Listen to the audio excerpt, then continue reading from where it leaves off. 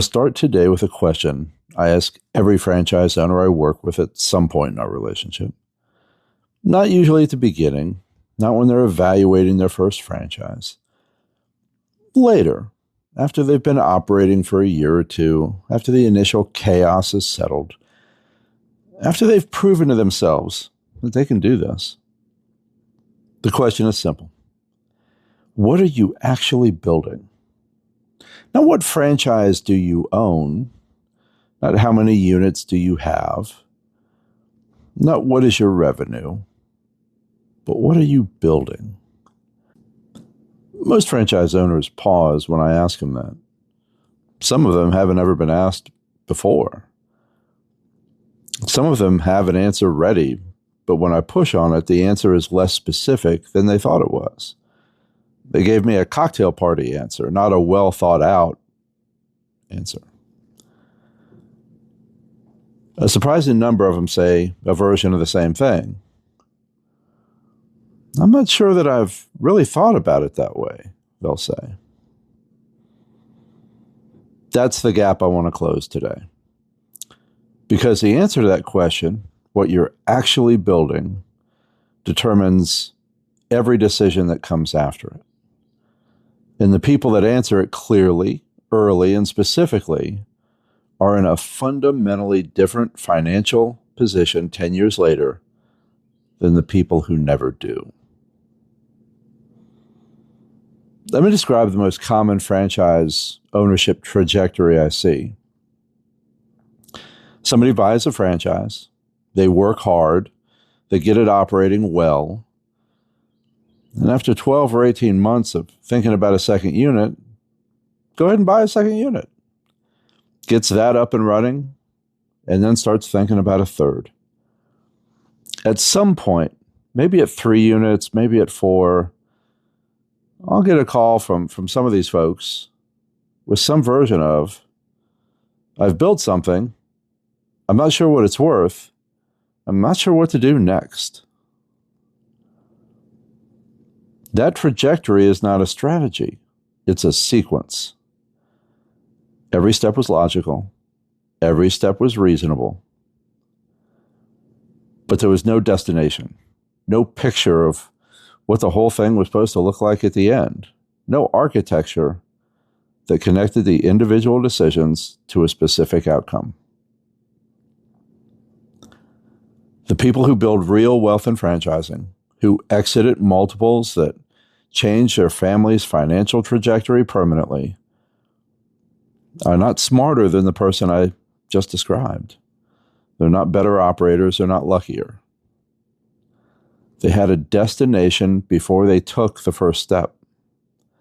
And every decision they made along the way was made in the context of that destination. That's the empire mindset. Let me be specific about what I mean by destination, because in my experience, the word alone isn't enough. A destination is not, I want to be wealthy. That's an aspiration, not a destination. A destination is not, I want to own multiple franchises. That's a sequence, not a destination. A destination is specific. It has a level on Knauf's hierarchy of franchising attached to it. It has a timeline. It has a valuation target. It has a picture of what the business looks like to the next buyer, whether that's another franchisee or a regional operator or institutional private equity.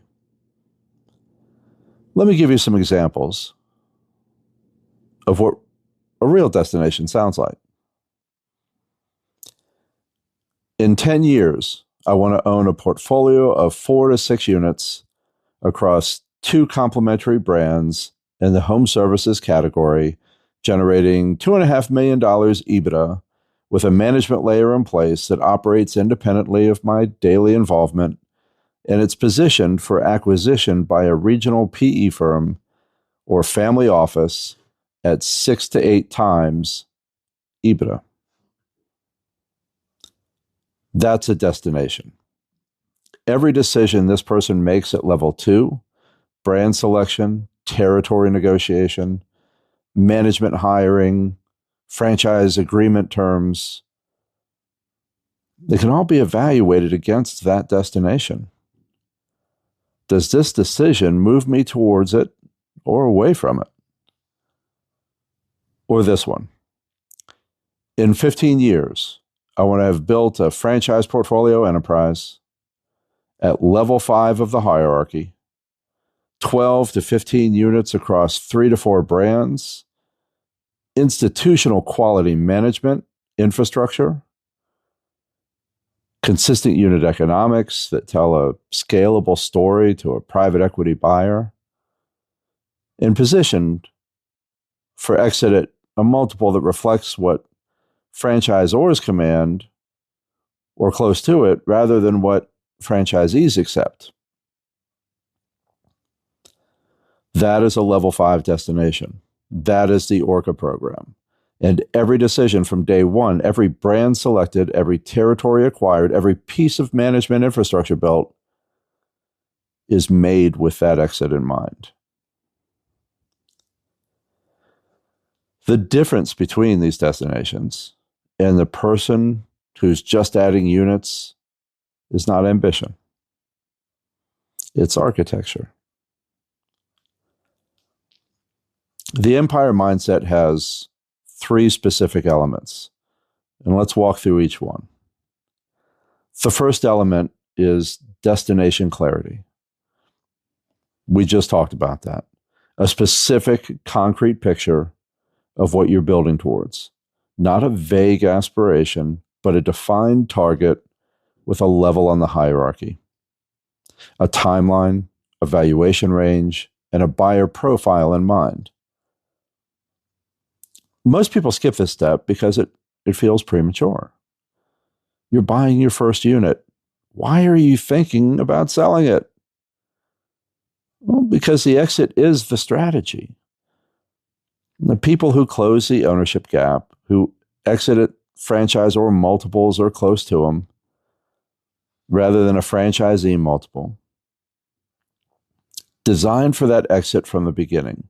They selected brands with proven resale value to institutional buyers.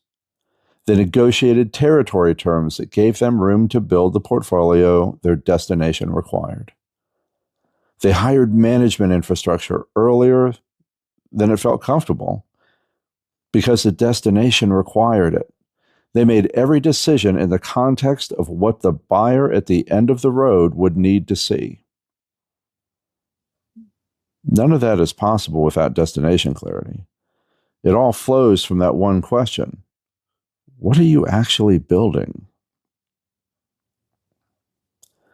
The second element is map literacy. Knowing where you want to go is not enough if you don't know where you are right now and what the path between here and there actually looks like. That's what Knauf's hierarchy of franchising is for.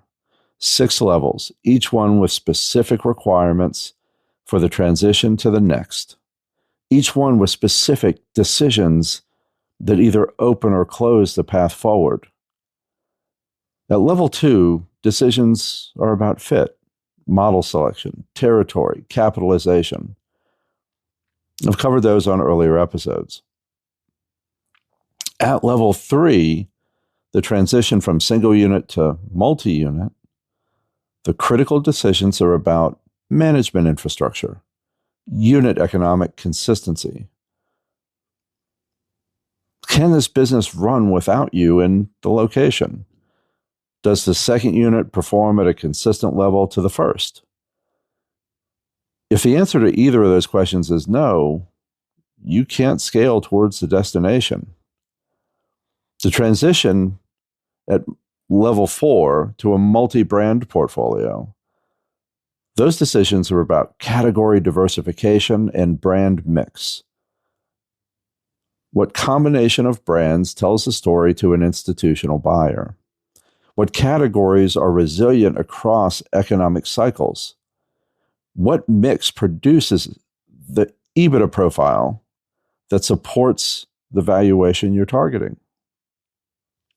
At level 5, the franchise portfolio enterprise, the decisions are about institutional readiness, management independence, financial reporting consistency, brand mix narrative, and exit architecture.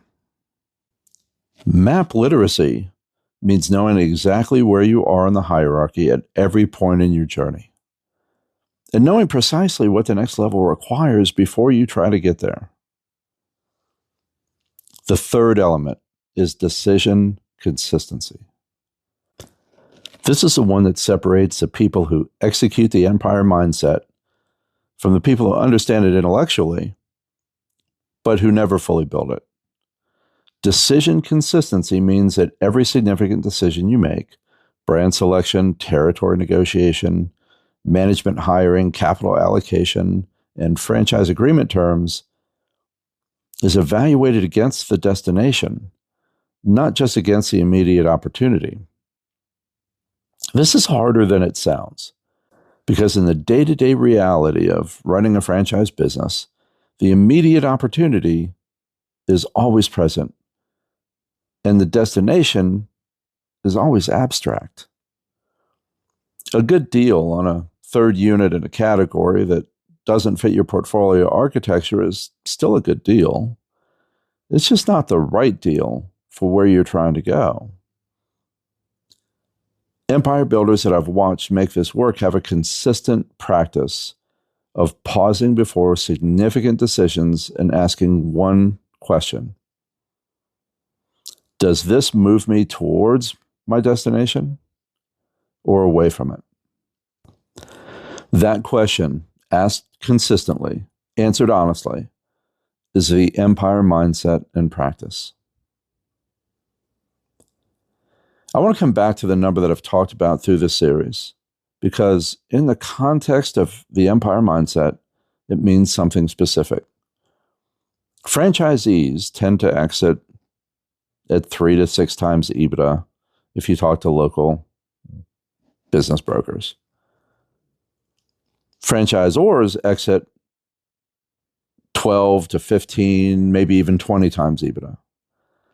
The people that close that gap, who exit at 6, 8, 10, or more times instead of 3 or 4, are not the ones that worked harder or operated better. They're the ones that built differently. They built with institutional buyers in mind. They built management infrastructure that made the business independent of their daily presence. They probably didn't start semi-absentee. They earned semi-absentee. They built unit economics that were consistent enough across locations to support an institutional valuation. They built a brand mix and a category narrative that told a scalable story. None of that happens by accident. And none of it happens without destination clarity from the beginning. The ownership gap is a knowledge gap. The knowledge is the empire mindset. For franchise owners who are ready to build to level 5, who have destination clarity and who understand the hierarchy, who want to complete the playbook for institutional exit, that's what Orca franchising is. The first structured program built specifically for franchise portfolio owners building towards institutional acquisitions. The Last Employee, The Rise of Ownership, the book that I recently released, lays the foundation, the complete Orca playbook, the institutional exit architecture, the portfolio construction framework, the management infrastructure requirements, is the subject of the next book.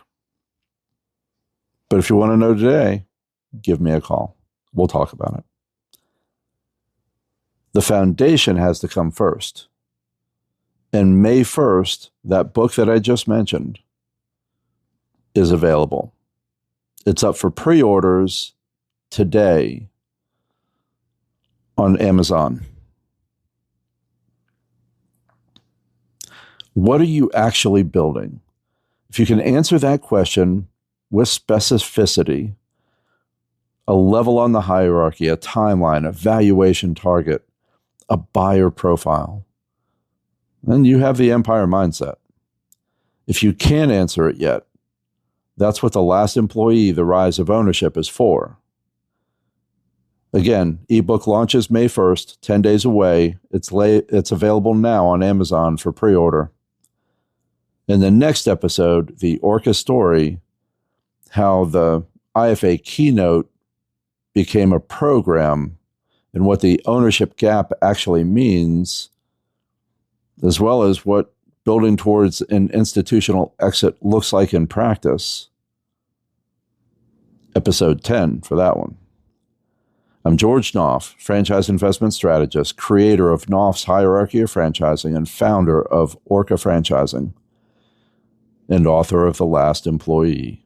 This is Franchise Snack, Season 2, Episode 9. Let's go.